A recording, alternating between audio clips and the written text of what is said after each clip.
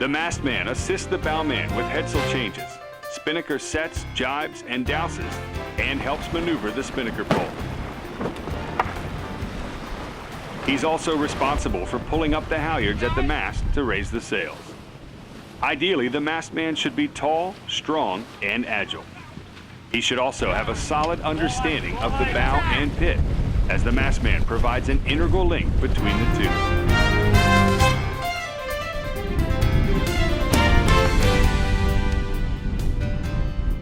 Before the race, make sure you're familiar with the location of each halyard and control line at the mast. You should also know where each one is led in the pit, so that you and the pit person can work in unison. It's a good idea to put marks on the halyards and topping lift where they exit the mast once they're fully hoisted. Finally, help the bowman run the spinnaker gear and connect the headsail. Once the jib is raised, always run the zipper back to the end of the bag and reconnect it so it's ready if needed.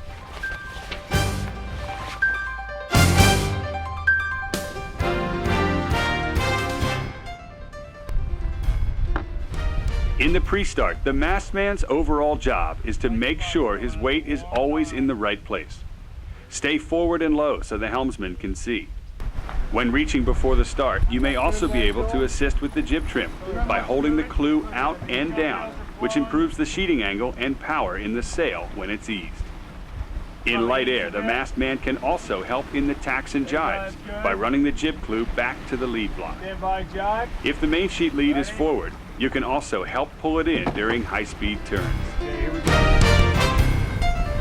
Upwind, the mastman's role is still focused on proper weight placement.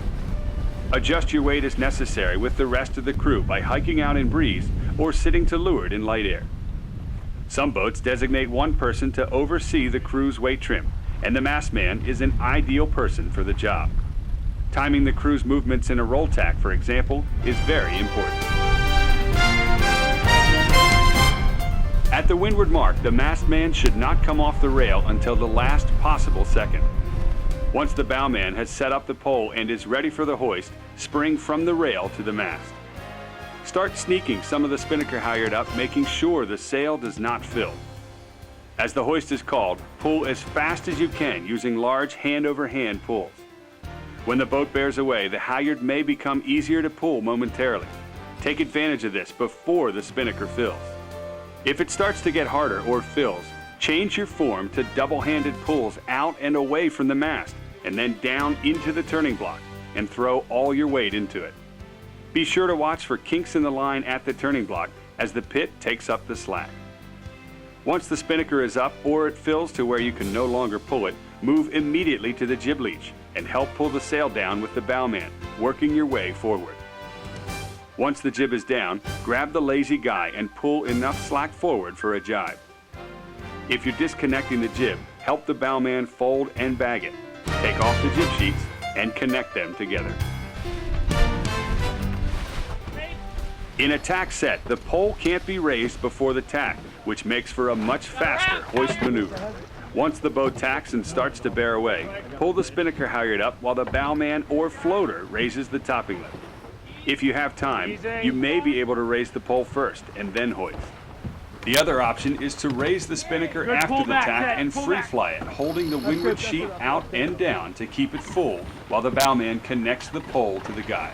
Whichever is done, make sure everyone on board knows the plan. Okay, stand by. A jibe set requires thinking well ahead of the actual move. Start by pulling the spinnaker up just as the boat bears away before the jibe. The bowman should already have the spinnaker set up and the inboard end of the pole up on the mast. As the jibe is completed, the sail should reach the top of the mast. The bowman, or floater if you have the extra hand, should get the topping lift up with the pit. If not, you can do that too after the spinnaker is up. Then go right into dropping the jib and set up for the next jibe.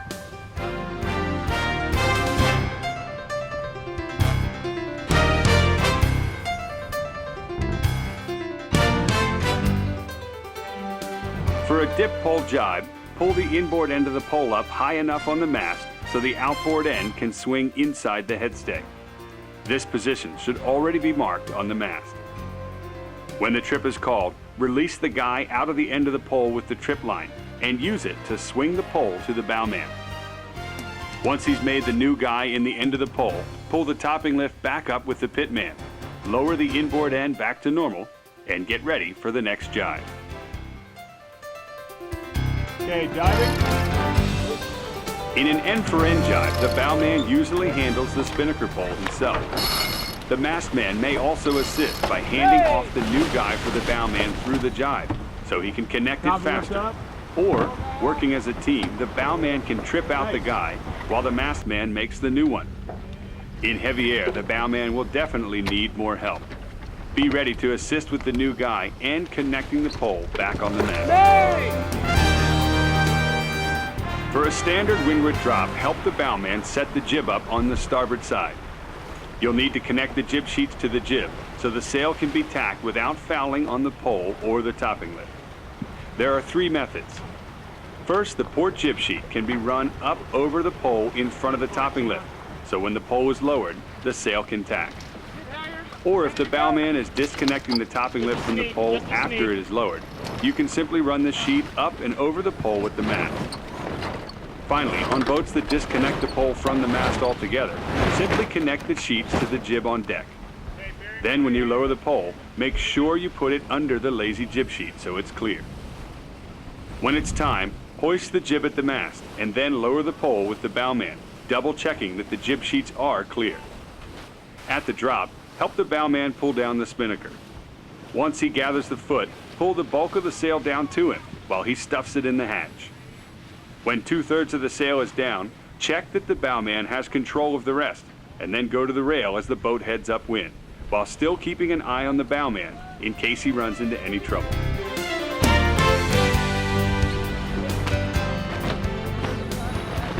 For a leeward drop, connect the jib as mentioned, and then race it at the mast. This time, leave the pole up and go right into pulling the spinnaker down with the bowman.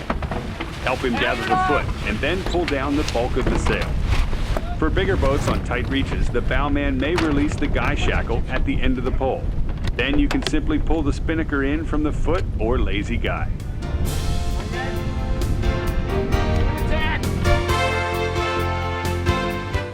For a jibe drop, start by setting the jib up on the port side if it's not there already.